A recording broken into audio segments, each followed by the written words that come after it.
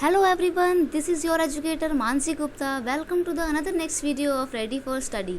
तो आज हम director of education GNCT of Delhi की वर्कशीट नंबर 11 करने जा रहे हैं और ये वर्कशीट रहेगी आपकी 8th क्लास की, सब्जेक्ट रहेगा सोशल साइंस। ठीक है बच्चों, तो इसमें हम आज क्या पढ़ने जा रहे हैं? इसमें हम आज पढ़ेंगे अंडरस्टैंडिंग मार्जिनलाइजेशन। ठीक है, पहली बात इसका डेट रहेगा 27 अगस्त 2021। ठीक है, यहाँ पर आपको अपना नाम लिखना है और यहाँ पर आपको इधर अपने टीचर का नाम लिखना है जो आपको ये सब्जेक्ट पढ़ाते हैं। ठीक है, तो स्टार्ट करते हैं अपना वर्कशीट। यहाँ पर आज आपको क्या करना है, आपको टॉपिक दिया हुआ है अंडरस्टैंडिंग मार्जिनलाइजेशन। तो आपको पता है मार्जिनलाइजेशन किसे कहते हैं? मार्जिनलाइजेशन बोलते हैं उच्च सोसाइटी के एक ऐसे वर्ग को या एक ऐसे ग्रुप को जो सोसाइटी में बहुत ही पीछे है और उसका रोल ना के बराबर है और वो संख्या में भी बहुत कम है, उसको बोलते हैं मार्जिनलाइजेशन। ठीक है, इसको पढ़ते हैं अब। Marginalisation means making the people of group और community to feel as different from other and making the people of that community और ग्रुप फील आइसोलेटेड। तो मार्जिनलाइजेशन का मतलब होता है लोगों का एक ऐसा समूह या समुदाय जो अपने आप को और लोगों से अलग समझता है, डिफरेंट समझता है। ठीक है, and making the people of the community और ग्रुप फील आइसोलेटेड, और हम उनको एक ऐसा आइसोलेटेड सा ग्रुप बना लेते हैं कि भाई हाँ ये सबसे ही अलग है, हमारे जैसे तो ये बिल्कुल भी नहीं है, तो उनको बोलते हैं आइसोलेटेड, सबसे अलग। ठीक है, तो मार्जिनलाइजेशन पीपल वो होते हैं जो सोसाइटी से बिल्कुल ही अलग होते हैं। ठीक है, पिछड़े लोग।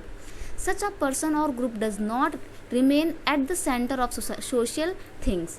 तो ये सामाजिक चीज़ों के सेंटर में नहीं रहते हैं, ये हाशिए पर, मतलब एकदम बाउंड्री में, पेरिफेरल एरिया में रहते हैं। ठीक है, and does not consider themself fit to be with the society. और ये लोग खुद भी अपने आप को ना सोसाइटी के साथ फिट नहीं पाते हैं, मतलब ये सोचते हैं कि हम हैं ही अलग, है ना, और हम अपने आप को सोसाइटी के साथ जो है फिट नहीं कर पाएंगे, मैनेज नहीं कर पाएंगे। ठीक है, तो ये सामंजस्य नहीं बिठा पाते हैं हमारे साथ।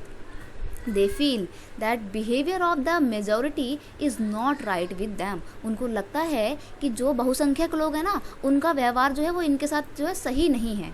ठीक है, और the people around them do not like them, और इनको ये भी लगता है कि हमारे आसपास के जो लोग हैं वो हमें पसंद नहीं करते हैं, इसलिए हम अपने आप को ना सबसे ही अलग समझते हैं। This section of the society remain as class deprive और social, economic and political participation in the society. तो ये जो है ये कह रहा है कि ये सेक्शन जो है हमेशा अलग रहता है, डिप्राइव मतलब वंचित तबका है ये, और किससे वंचित है? Social, economical and political participation से इन द सोसाइटी। तो सोसाइटी में इनका पॉलिटिकल पार्टिसिपेशन बिल्कुल ना के बराबर है, इकोनॉमिकली भी ये लोग बहुत ज़्यादा कमज़ोर होते हैं, वीक होते हैं। ठीक है, वेल्दी क्लास नहीं होती है ये, और सोशली इनका जो पार्टिसिपेशन है वो भी बहुत कम होता है। ठीक है, बहुत सारे नेता वगैरह जो खड़े होते हैं वो इस वाले वर्ग से बहुत कम होते हैं। ठीक है, तो इनका सोशल पार्टिसिपेशन, पॉलिटिकल पार्टिसिपेशन और इकोनॉमिकल पार्टिसिपेशन बिल्कुल कम होता है, ना के बराबर होता है। ठीक है बच्चे, आगे बढ़ते हैं। There can be many reason for the marginalization in the society such as. तो देखो अभी हमने पढ़ लिया कि मार्जिनलाइजेशन होता क्या है, लेकिन अब हम बता रहे हैं इसके बारे में कि भाई रीज़न क्या है इनके, मार्जिनलाइजेशन लोग होते क्यों हैं, लोग मार्जिनलाइज कम्युनिटी में कैसे पहुंच जाते हैं। तो देखिए, डिफरेंट कस्टम मतलब इनकी जो परंपराएं हैं, रीति रिवाज हैं, वो हम लोगों से बिल्कुल अलग हैं, इसलिए ये मार्जिनलाइज हो जाते हैं। ठीक है, इनकी लैंग्वेज सबसे अलग है, डिफरेंट लैंग्वेज है, ये गरीब हैं इसलिए सोसाइटी में आगे आ नहीं पाते हैं। प्लस नेक्स्ट है सोशल, लो सोशल स्टेटस, यानी कि समाज में इनका जो स्तर है ना, या इनकी जो सोशल स्टेटस है वो बहुत ही कमज़ोर है, बहुत ही नीचे है, इसलिए ये अपने आप को कम समझते हैं और इसीलिए धीरे धीरे क्या होते जा रहे हैं, मार्जिनलाइज होते जा रहे हैं। ठीक है, यानी कि वंचित तबका या पिछड़े लोग बनते जा रहे हैं। Many times people view this group with a sense of enmity. Enmity मतलब शत्रुता। तो कई बार लोग क्या होता है ना, इस ग्रुप को एनमिटी और फियर, डर के और शत्रुता की नज़रों से देखते हैं कि भाई ये हमारे को मार सकते हैं, तो उनसे डरते हैं, प्लस उनको अपना शत्रु मानते हैं, तो एनिमिटी। ठीक है, ये एनिमिटी नया वर्ड है, याद रखिएगा, शत्रुता का मतलब होता है enmity. Being isolated, the people of this community are unable to take advantages of government facility. तो देखो क्योंकि ये लोग सबसे आइसोलेटेड होते हैं, मतलब सबसे अलग होते हैं, इसलिए ये लोग क्या करते हैं, ये लोग ना गवर्नमेंट फैसिलिटी का फ़ायदा भी नहीं उठा पाते हैं, ना ही ये किसी प्रकार के रिसोर्सेज यानी कि संसाधनों का लाभ उठा पाते हैं। एंड मैनी गुड अपॉर्चुनिटीज़, ये उनका भी मतलब अलग अलग अपॉर्चुनिटी, सफलताएँ, ठीक है, जो अवसर होते हैं ये उनका भी लाभ नहीं उठा पाते हैं।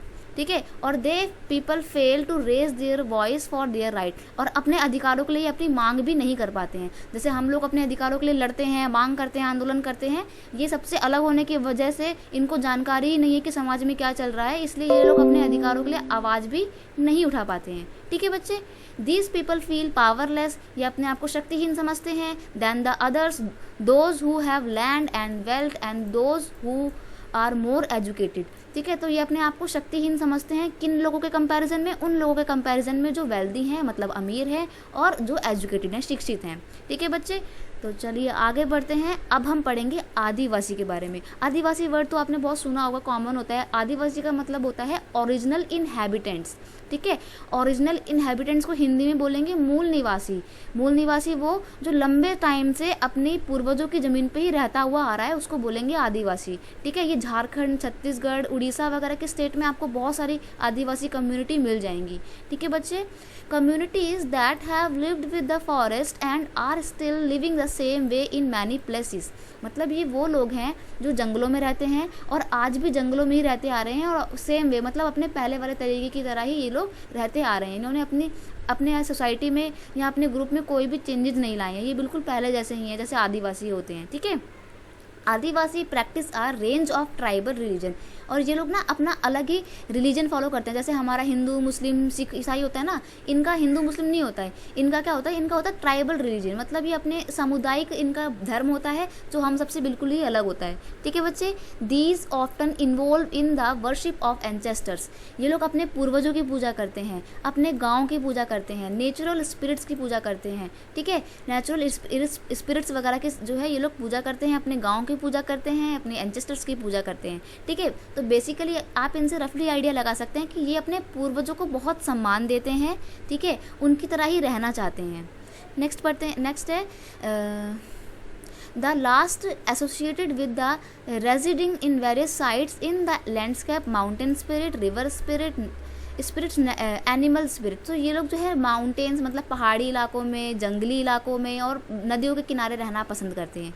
ठीक है बच्चे, Adivasis are in verbally portrait in very stereotypical ways, मतलब हम लोगों ने अपनी सोसाइटी में ना आदिवासियों के प्रति एक बहुत ही पुरानी सी एक मतलब रूढ़िबद्ध धारणा बना ली कि भाई ये ऐसे ही होते हैं और ये चेंज होना नहीं चाहती, ये हमने अपने मन में सोच लिया है पहले से ही। ठीक है, इन कलरफुल कस्टम्स, हेडगेयर्स जो ये टोपी पहनते हैं ना, ये देखो देख रहे हो ना टोपी इनके कलरफुल सी, ये हेडगेयर्स होता है इनका, और वो कलरफुल होती है। कलरफुल कॉस्ट्यूम इनके देखो, ड्रेस कितनी कलरफुल सी होती है ना, colourful costumes, headgear and through their dancing. Beside this we seem to know very little about the realities of their life, मतलब हमें लगता है हम तो स्टीरियोटिपिकल वेज में जानते हैं कि भाई ये कलरफुल वेज में रहते, कलरफुल कपड़े पहनते हैं, अलग अलग टोपियाँ पहनते हैं, डांस करते हैं, लेकिन इनकी लाइफ की रियलिटी के बारे में हम बहुत कम जानते हैं। ठीक है, this often wrongly leads to people believing that they are exotic, मतलब हमें जो है लगता है कि हम मतलब हमारे मन में ये ऐसा विश्वास बैठ गया कि ये एक्सोटिक है, मतलब पिछड़े हुए हैं। प्रिमिटिव मतलब ये जो है आदिम है, आदिम मतलब पुराने ज़माने के हैं। बैकवर्ड पिछड़े हैं बिल्कुल हमसे, हमारी सोच वाले नहीं है ये। ठीक है, often Adivasis are blame for their lack of advancement as they are believe to be resistant to change और न्यू आइडियाज़। हम लोग हमेशा ये समझते हैं कि ये लोग जो है एडवांसमेंट को अपनाना ही नहीं चाहते हैं, मतलब ये नए आधुनिकीकरण को अपनाना ही नहीं चाहते हैं, और नए नए आइडियाज़ के ना रहने की जो नई कंडीशंस हैं उनके विरोधी है, मतलब ये चाहते हैं कि पुराने तरीके से ही रहें ये सब कुछ। ठीक है, tribals are today seem as marginalize, आज जो ट्राइबल्स लोग हैं ना, कबीलाई लोग जो हैं, कबीलियाई लोग, इनको कैसे देखा जाता है, इनको देखा जाता है मार्जिनलाइज लोगों के तौर पे, मतलब पिछड़े लोगों के तौर पे, जो हाशिए पर हैं, वंचित लोगों के तौर पे।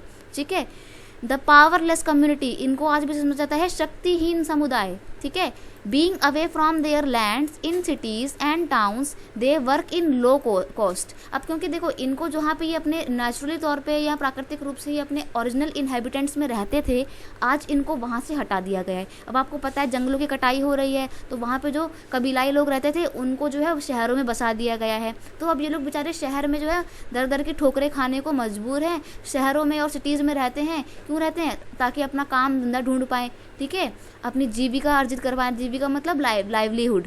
ठीक है, कंस्ट्रक्शन वर्क में ये लोग आप काम जो है करते हैं। आपने देखा होगा बहुत सारी जगह पे जहाँ पे बड़ी बड़ी बिल्डिंग्स बन रही होती हैं, या आपके स्कूल में जब बिल्डिंग्स बन रही होती हैं तो कुछ लोग आते हैं ना, मजदूर दूर दूर से आते हैं बहुत। वो सब कौन होते हैं? वो सब ये मार्जिनलाइज कम्युनिटी के लोग ही होते हैं, ठीक है।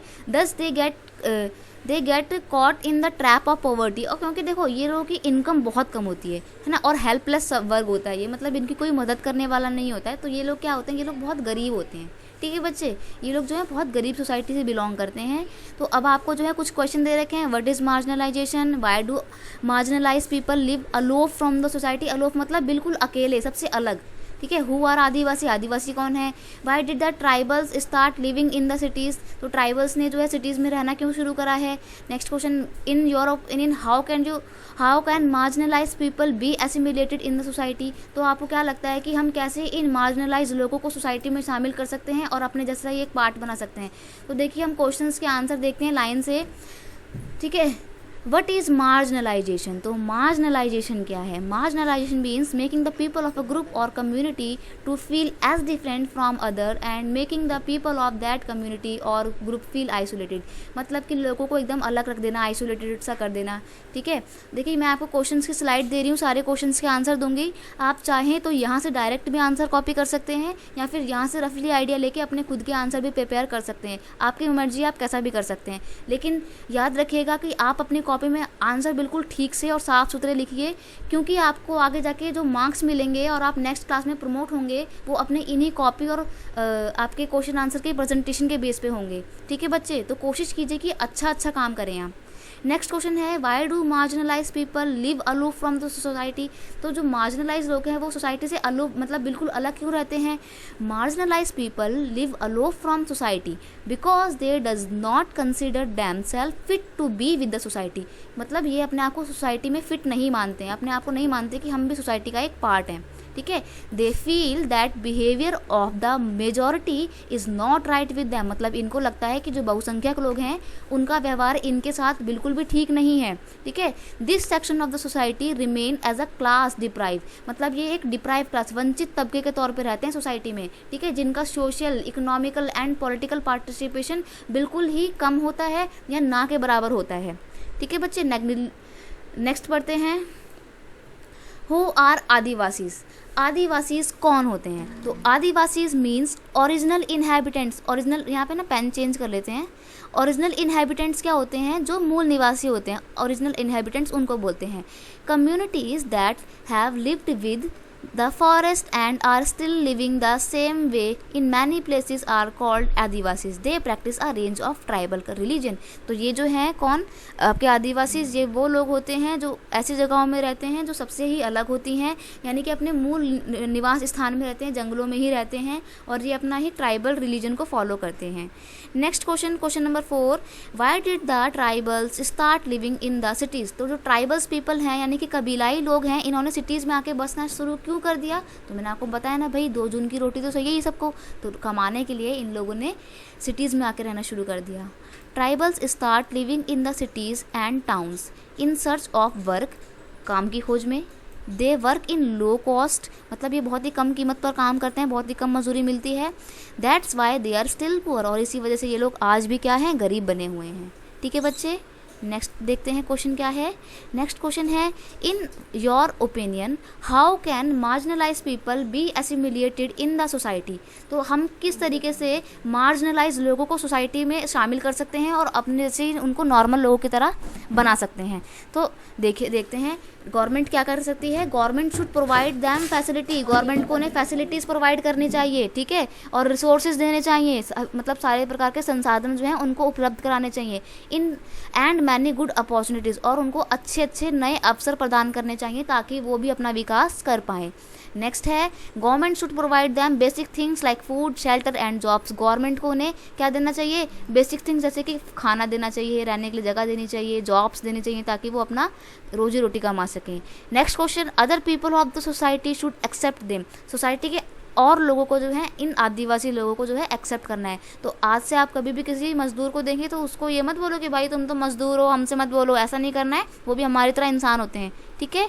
नेक्स्ट है we must respect their culture, हमें उनके कल्चर को रिस्पेक्ट देना चाहिए, ठीक है, उनकी लैंग्वेज को समझना चाहिए, हंसना नहीं चाहिए उनकी लैंग्वेज पे, और उनकी जो पहचान है उसको जो है एक्सेप्ट करना चाहिए, उसकी रिस्पेक्ट करनी चाहिए, उनको ऐसे नहीं देखना चाहिए कि वो एलियन है, ठीक है बच्चे। तो बस आपकी वर्कशीट इतनी ही थी, आपके सारे क्वेश्चंस के आंसर हो गए। अगर आपको कोई डाउट है तो you can ask to me in the comment section, ठीक है, मैं आपको रिप्लाई करूँगी as soon as possible. I hope आपको वीडियो पसंद आया होगा, और अगर वीडियो पसंद आता है तो अपने दोस्तों के साथ शेयर कीजिए, चैनल को सब्सक्राइब कीजिए, लाइक कीजिए और कमेंट करके बताइएगा कि वीडियो कैसी है, ठीक है। मिलते हैं नेक्स्ट वीडियो में। Thank you so much, bye bye.